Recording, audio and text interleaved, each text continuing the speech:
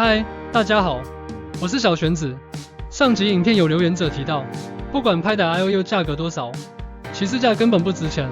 这边呢，我跟大家说一件币圈的往事。币圈的第一笔交易，也就是著名的披萨事件。某位工程师用1万颗比特币去换了25美元的披萨，用价值换算，等于当时400颗比特币才等于1美元。也就是说，当时1颗比特币也只有0.0025美金。过了14年后，1颗比特币价值超过7万美金，跟最初相比，涨了足足的2800万倍。后来有人问那位工程师：“你后悔吗？”他说：“当然不后悔，我很光荣，因为是我让虚拟货币开始有了价值。”这让我想到更早的故事。400年前银行体系还没出现时，人们都是以物易物，没有纸币的概念。你想象一下，如果你活在那时候，忽然有人拿一叠纸来跟你换黄金，你一定会觉得他疯了。但400年后，这堆纸早已成为能买全世界资源的货币——美金。为什么呢？因为全世界都认同美金的价值，它早已可以买世界上所有的资源，当然也包括黄金。为何呢？因为全世界的人都认同美金的价值。重点来了，举这些案例，就是要跟大家讲，任何商品的成功，最重要的元素就是认同。像苹果手机不便宜，但你为什么还是会买？因为你认同它的价值吗？所以，有在追我影片的朋友们应该知道，我常强调 Pi Network 的优势，就在于它庞大的用户数。用户越多，就代表越多的人认同 Pi。当认同人数达到一定规模，就会引发所谓的扩散效应。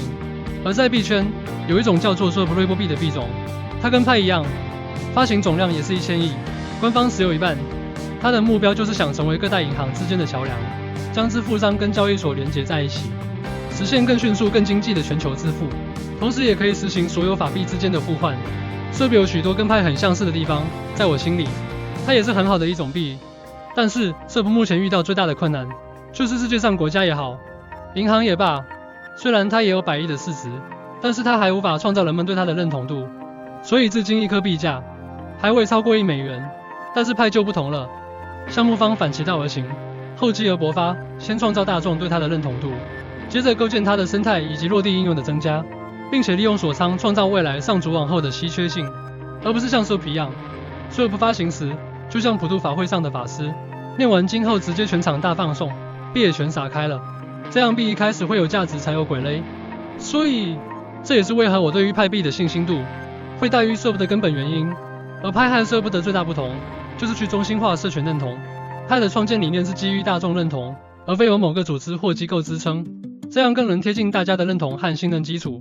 据小玄子的了解，其实币圈现在在做的事，就是跟400年前一样，正在逐步取代现在的传统金融货币市场。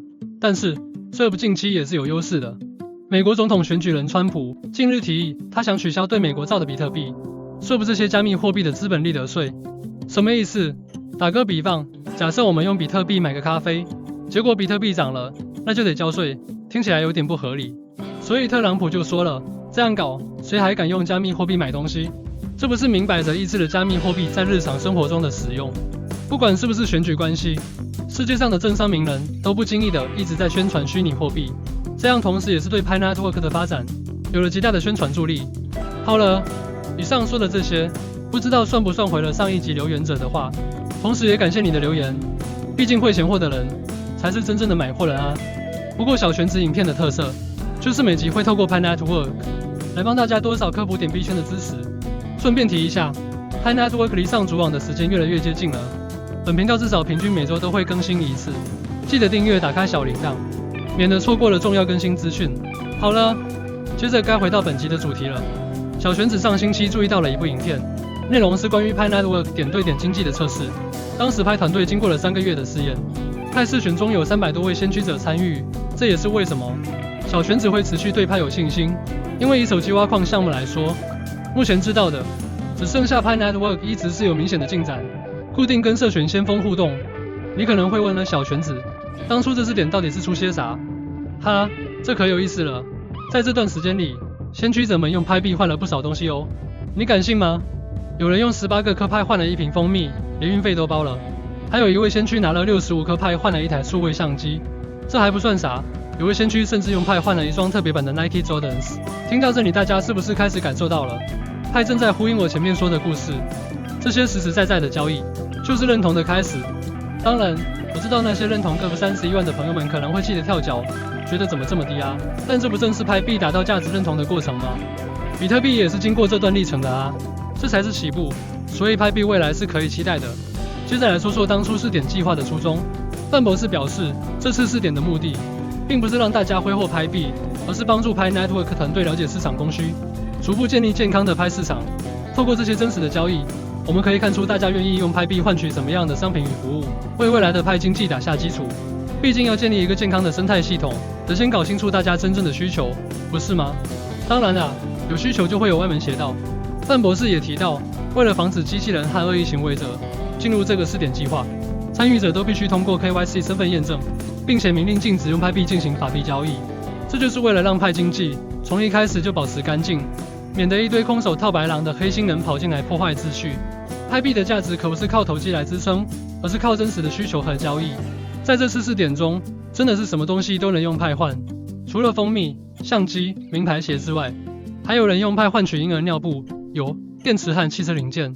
小玄子听了都觉得这些派友们实在是实用派，拍币拿来换生活必需品，这才是货币的真实意义啊！有需求就有市场，看来拍币的生态早已慢慢成型了呢。派友们，你们曾经用派换过什么呢？欢迎等会在底下留言分享。但那次试验也是有乱象的，然而试点中也发现了一些不正常的操作，比如有些账户在几天内进行了数千次小额派转账，但这些交易并没有对应的实际商品或服务，明显是有意图要套利的嫌疑。还有些人假借慈善之名兜售派币，这些行为对于派 Network 发展可没半点好处，只会让生态变得不健康，害到的是整个社群。这些不良行为对于建立健康的派经济并无帮助，反而会让派币的价值受到投机行为的影响。所以范博士也警告大家，请保持警惕，不要被骗。大家要一起守护这个生态啊！派 Network 的未来蓝图。试点计划让我们看到了派 Network 团队建立健康市场的决心。他们的目标是打造一个全球范围的交易资源平台，让派币成为真正的流通货币，而不是炒作的工具。当派 Network 能够支援各类交易，先驱者们可以自给自足地在生态系统内使用派币时，这才是派币真正的价值所在。这也让人对派 Network 的未来充满期待啊！总结，透过这个试点计划，我们可以看到派 Network 团队的用心。他们不只是让拍币成为一个虚拟货币，而是实实在在的为它建立应用场景和市场需求。从蜂蜜到婴儿尿布，这些交易例子都是拍币实现真实价值的具体体现。当派生态系统逐步完善，拍币的价值也会随之水涨船高。提醒一下使用我邀请码参与挖矿的朋友们，记得在11月底前提出初次申请的 KYC 认证，名字要用真名或护照名才行。先锋们记得提醒一下你们的下线，请务必在11月底前完成，以免错过后续的挖矿资格。派币在手，未来我有。欢迎大家在评论区分享你的派交易故事，让我们一起见证派 Network 的成长。希望今天的分享让你对派 Network 的未来更加期待。如果觉得这集有帮助，记得点赞、订阅，并分享给你的派友们。我是小玄子，朋友们，咱们下集见。